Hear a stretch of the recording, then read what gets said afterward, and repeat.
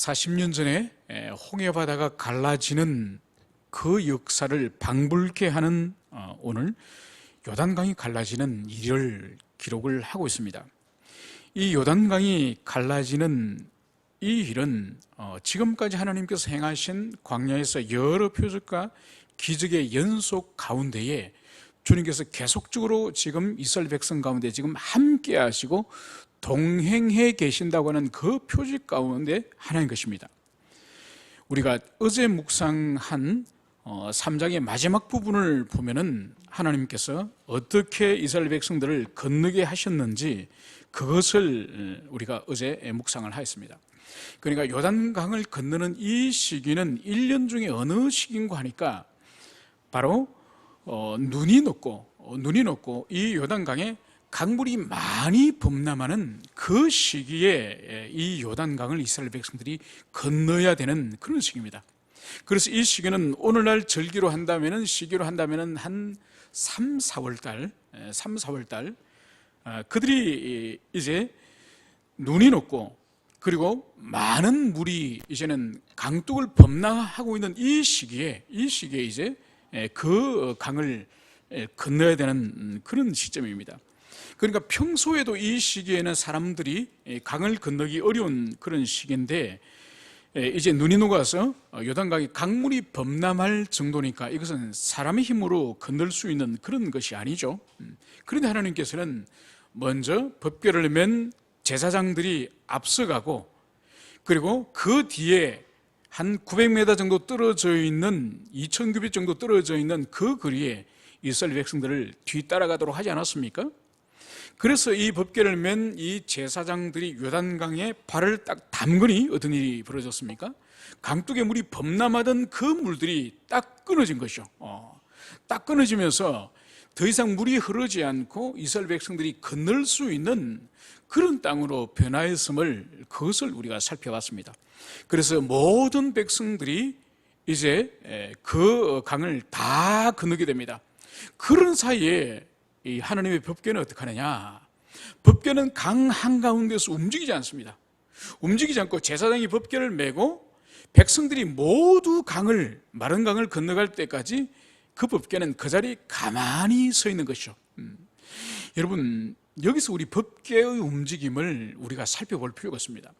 법궤를 시내산에서 이스라엘 백성들이 만들지 않습니까? 시내산에서 법궤를 시틴 나무, 즉 아카시아 나무로 그것을 만들어 가지고 그것을 이제 메고 민수기 40년 동안 이제 광야를 그들이 다니지 않습니까? 그때의 이스라엘 백성들의 공동체 물이 제일 앞서서 이동하는 사람들이 누구죠? 바로 이 법궤를 맨 제사장들이죠. 그래서 법궤를 맨 제사장들이 항상 가는 곳에 그들이 뒤를 따라오는 것을 볼 수 있습니다.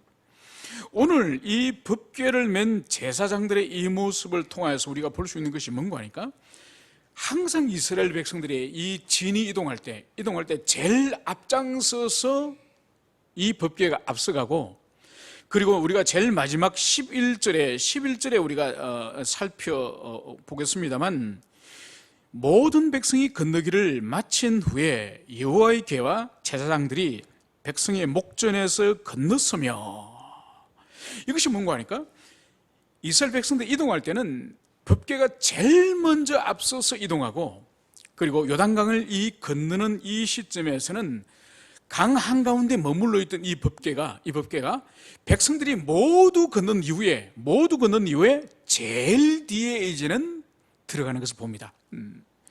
여러분, 오래전에 여러 해 전에 그 멜 깁슨 주연으로 영화 만든 놀람전의 참전 배경으로 한 영화 가운데 위버 솔저라고 하는 영화를 혹시 본 기억이 있습니까? 그러니까 멜 깁슨이 대령입니다. 연대장인데 자기 부하들을 이끌고 이제 미국에서 이제 출발하기 전에 딱 군정을 꾸려가지고 그 연병장에 자기 부하들 연대병력들이 쫙 서 있고 그리고 거기에 환영하러 나온 이 군인들의 장병들의 부인들 가족들이 있습니다.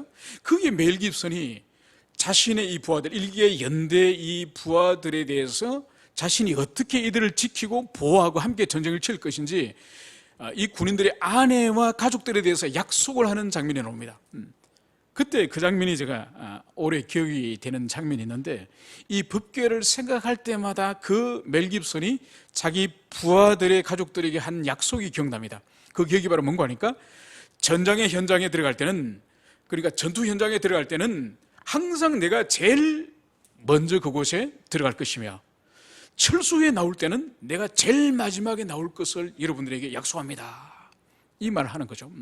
바로 법궤가 이 가나안 땅에 들어갈 때에 제일 먼저 요단강을 향해서 제일 먼저 하나님의 임재를 상징하는 법궤가 제일 먼저 들어가고, 그리고 백성들이 요단강을 건너서 다 이제 가나안 땅으로 들어간 이후에 제일 마지막으로 이제 요단강에서 철수하는 그 사람들이 법궤를 맨 제사장들이라는 거죠. 그러니까 하나님은 보십시오, 어떤 위험한 일이나 어떤 상황에서나 항상 당신께서 먼저 몸을 던지시고 먼저 행하시고 먼저 앞서가시는 당신의 언약의 백성을 지극히 사랑하시고 보호하시고 그것을 실천적으로 보여주시는 그런 분이시죠. 여러분, 그러므로 말미암아서 이 여호와 하나님의 이 헌신적이고 앞서시는 이런 모습은 사실은 여호와 하나님뿐만 아니라 모든 이스라엘 백성들의 왕들이나 지도자들이나 목자들이나 목양자들이, 그리스도 안에 있는 목자들이 쫓아야 될 이 모범적인 삶인 것이죠. 그래서 위험하고 어려운 일들은 먼저 우리가 뛰어들고, 그리고 안전하고 보호해야 될 일들은 연약한 자들을 다 우리가 다 먼저 보내고, 그리고 제일 나중에 이 법궤가 이제는 마지막에 철수하듯이 그런 삶의 태도를 우리가 이 법궤를 맨 제사장의 이 모습을 통해서 그 교훈을 우리가 받을 수 있음을 볼 수 있습니다. 오늘 하나님께서는 이제 백성들이 모두 이제 마른 땅으로 이제 강을 다 건넌 후에 여호수아에게 하나님이 특별히 하시는 말씀이 있습니다. 그 말씀이 바로 뭔가 하니까 1, 2, 3절에서 한 지파의 한 명의 대표자를 뽑아라. 그리고 그 한 명의 대표자로 하여금 이제 제사장들이 지금 법궤를 메고 있는 이 강 한가운데 있는 거기 박혀 있는 돌멩이를, 한 지파의 한 돌덩이를 그것을 뽑아라. 그것을 어깨에 메고 오늘 밤에 너희들이 유숙할 그곳에 이 12지파를 대표하는 이 한 명씩의 대표자가 그 돌멩이를 그곳에 가지고 가도록 하라. 이것을 하나님께서 말씀하시는 것을 여기서 볼 수 있습니다. 그래서 여호수아가 12지파에 한 명씩 12명의 대표자를 불러서 이제 5절에서 말씀하고 있는 거죠. 그들에게 이르되 요단 가운데 들어가 너희 하나님 여호와의 궤 앞으로 가서 이스라엘 자손의 지파 수대로 각기 돌 한 개씩을 가져다가 어깨에 메라. 이것이 너희 중에 표징이 되리라. 후일에 너희의 자손들이 물어 이르되 이 돌들은 무슨 뜻이냐 하거든. 그러니까 오늘 여호수아가 한 지파의 대표자 한 명을 통해서 이제 이 돌멩이를 뽑아서 이제 이 돌멩이로 오늘 뭐로 삼느냐? 표징이 되리라. 이 돌멩이 12개가 표징이 된다는 거예요. 이 표징의 이 뜻이 바로 뭔가 하니까 어떤 특별한 어떤 기념비적인 그런 상징물을 말하는 거죠. 그러니까 이 돌멩이 어떤 표징이 될 것인가? 후일에 너희의 자손들이 물어 이르되 이 돌들은 무슨 뜻이냐? 그러니까 이 돌들이 이제 이스라엘 백성들이 처음 그들이 유숙하는 길갈로 가져갑니다.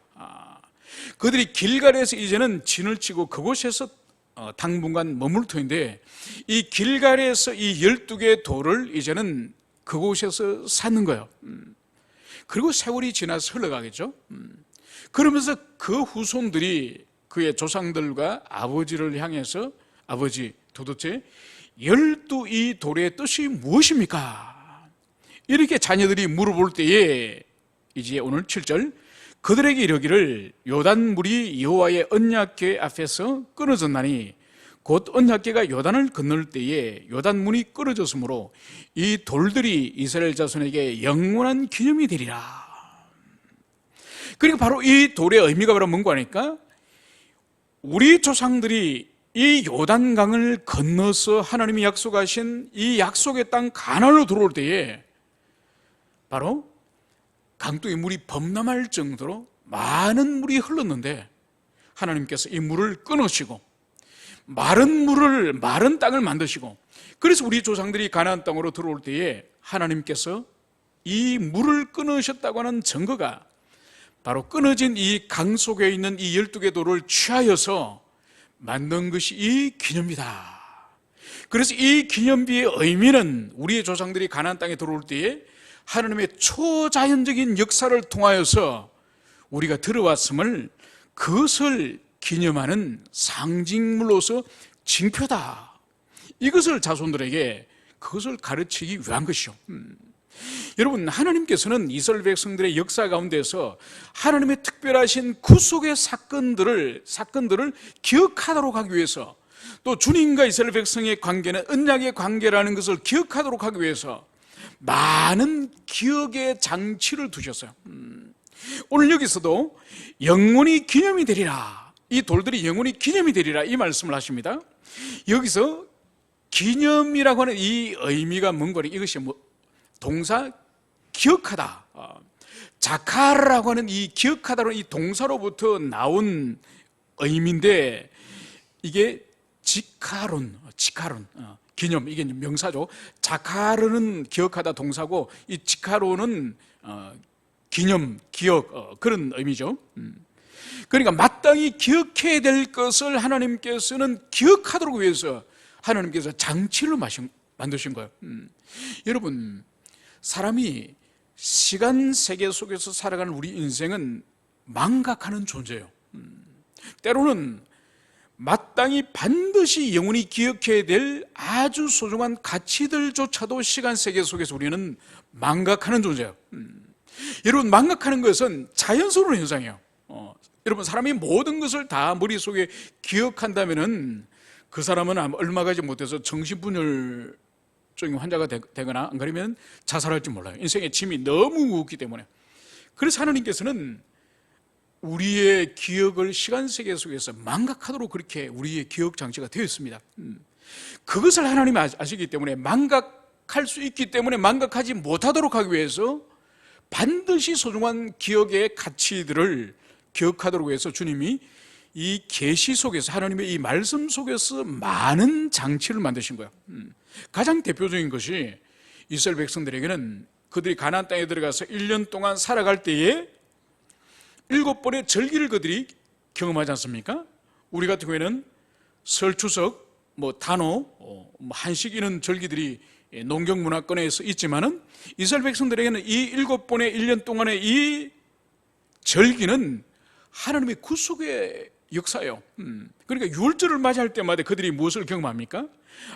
우리 조상들이 400년 동안 이집트에서 노예로 있다가 그날 밤에 문설주에 양의 피를 바를 때에 모든 이스라엘 백성 외에 이집트 백성들의 초태생들은, 사람이나 짐승들은 다 죽음을 당했지만은 우리는 구원을 얻고, 우리는 그 다음날 이집트로부터 탈출해서 유월절을 맞이할 때마다 이스라엘 백성들은 수천 년의 세월을 두고도 바로 하나님께서 이스라엘 백성들을 구속하신 그 구속의 사건, 그것을 7절기, 1년 동안의 7절기가 돌아올 때마다 하나님의 구속의恩총을 기억하게 하는 것이죠. 여러분, 이스라엘 백성들의 남자아이는 태어나면 8일째 할례를 해갑니다. 양피를 베는 그 일을 하는데 그 흔적은 죽을 때까지 자신의 육체에 고스란히 간직하는 거죠. 양피를 베는 할례의 의미가 뭔가요? 그 사람은 하나님과의 언약 속에서 하나님의 소유라는 뜻이에요. 여러분, 그렇기 때문에 자기 육체의 그 할례의 흔적을 볼 때마다 그 사람은 무엇을 생각하죠? 나는 하나님의 소유야. 나는 하나님의 것이야. 그래서 하나님을 위해서 난 살아야 돼. 하나님의 영광을 위해서 살아야 돼. 이것이 일평생 동안 자기 육체에 새겨진 흔적이에요. 여러분, 옷을 입을 때도 마찬가지죠.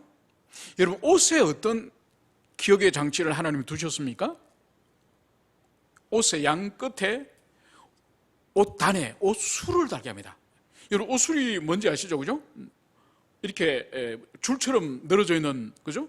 그거를 청색 술로 양 옷가에 그걸 술을 놓은 그를 매달게 합니다. 지금도 예루살렘이나 이스라엘 여행을 하면 랍비들이 옷을 외투를 입고 그 밑에 술이 달린 옷을 흔히 볼 수 있습니다. 그 수를 다는 이유를 민수기에서는 하나님 이렇게 말씀을 하고 있습니다. 이스라엘 자손에게 명하여 그들의 대대로 그 옷단 귀에 수를 만들고 청색을 그 귀에 더하라. 이 수는 너희로 보고 여호와의 모든 계명을 기억하고 너희로 방종케 하는 자기의 마음과 눈의 욕심을 쫓지 않게 하려 함이라. 그러니까 이 옷술의 이 술은 자기 자신도 보지만은 다른 사람의 옷술을 보지 않습니까? 그죠?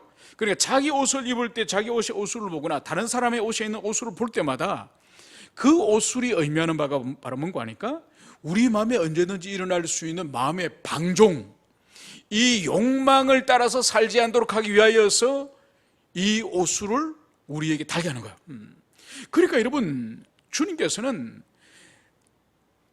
시간이 흘러감으로 말미암아서 이 1년 동안에 있는 이 달력, 절기를 통해서나 우리 육체에 있는 할례라고 하는 방식을 통해서나 심지어 입는 이 옷을 통해서나 그리고 하나님의 이 신명기 6장 2절에 있는 그 말씀을 손목에도 메고 미간에도 달고 집에 들어간 문설주도 달고, 여러분 끊임없이 주님께서는 우리 삶의 모든 영역에서 하나님의 말씀의 자극과 말씀의 도전을 받도록 주님은 이렇게 우리에게 장치를 하셨습니다. 왜 하셨을까요? 그만큼 우리 인생이 하나님의 말씀을 망각하기 쉬운, 잊어버리기 쉬운 그런 존재인 것을 아시기 때문에 너희들 스스로 알아서 잘해라. 주님은 그렇게 하지 않습니다. 철저히 삶의 모든 영역에서 끊임없이 말씀의 자극을 받도록 그것을 주님께서는 안전장치를 행하신 것을 볼 수 있는 것이죠. 그래서 주님께서 오늘 이 이스라엘 자손이 도대체 이 12도의 의미가 무엇입니까? 왜 여기에 12돌이 쌓여져 있습니까? 그것을 물었을 때에 바로 하나님께서 가나안 땅에 들어오는 그때에 바로 홍해를 가르셨듯이 이 요단강 또한 여호와 하나님께서 가르셨다고 하는 그것을 오늘 이 후손들에게 두고 기억하도록 하기 위해서 이 일을 행한 것입니다. 오늘 9절에서는 여호수아가 또 요단 가운데 곧 언약궤를 맨 제사장의 발이 선 곳에 돌 12를 세웠더니 오늘까지 거기에 있더라. 여러분, 하나님께서 이 여호수아에게 12돌을 쌓도록 한 것은 두 군데요. 그러니까 각 지파에 한 명씩 장정들이 나와서 12개 돌을 뽑아서 이제 그들이 머무는 길갈에 12돌을 세웠지 않습니까? 그죠? 길갈에 12돌을 세운다고 한다면은 이 요단 강 한가운데도 12돌을 세우는 거야. 그러니까 강 한가운데도 세우고 길갈에 그들이 유숙하는 곳에도 12돌을 세우는 그것을 여기서 볼 수가 있습니다. 오늘 11절, 모든 백성이 건너기를 마친 후에 여호와의 궤와 제사장들이 백성의 목전에서 건넜으며, 이제 모든 일을 이제 다 마치고 이제 12돌을 뽑아서 이제 길갈로 가져갈 그 준비도 이제 다 하고, 그리고 그 강 한가운데에 12돌을 세우는 그 일도 이제는 필요하고, 이제 드디어 법궤를 맨 이제 제사장들이, 백성들이 모두 지켜보는 그 가운데에 이제 강 위로 올라오는 이 모습을 여기서 보여주고 있습니다. 여러분, 우리 인생에도 이스라엘 백성들이 오늘 이 강을 건너면서 12돌을 취하여서 돌의 기념비를 세웠던 것처럼 우리 개인에게도, 우리 공동체적으로 우리 각자에게 그러한 기념비적인 사건들이 있을 것입니다. 여러분들이 개인적으로 깊이 주님을 인격적으로 만났던 그 첫 회심의 그 사건일 수도 있습니다. 아니면 여러분들의 가정에 큰 위기와 환란을 당했을 때에 주님이 마치 요단강을 가르시고 그들을 건너게 하신 것처럼 그런 놀라운 표적의 사건을 여러분 가정에 주신 것도 있을 것입니다. 또 우리의 민족과 우리나라, 우리 공동체에 참으로 절체절명의 위기 가운데서 구원하신 놀라운 사건들도 우리 역사 가운데 있습니다. 이것을 우리는 기억을 해야 되는 거예요. 이것을 망각하지 말고 이것을 기억하는 동안에 우리가 하나님을 신뢰하고 하나님을 사랑하고 하나님을 두려워할 수 있는 거예요. 이 구속의 사건들, 개인의 사건들이나 가정적인 사건이나 교회적인 사건들이나 국가적인 사건, 이 사건을 망각해버리면 그때부터는 타락하고 방종하여서 이제는 주님이 기뻐하지 않은 삶으로 우리가 미끄러지고 추락하는 것이죠. 오늘 이스라엘 백성들이 이 12도를 요단 강가에 세우고 또 요단 강물 속에 세웠던 것처럼 우리 인생에서 개인과 가정과 공동체적으로 하나님이 세우신 이 기념비적인 이 사건들 늘 우리가 가슴에 품고, 그리고 주님께 감사함으로 또 두렵고 떨리는 경외의 마음을 우리 모두가 소유하기를 축원합니다. 함께 기도하시겠습니다.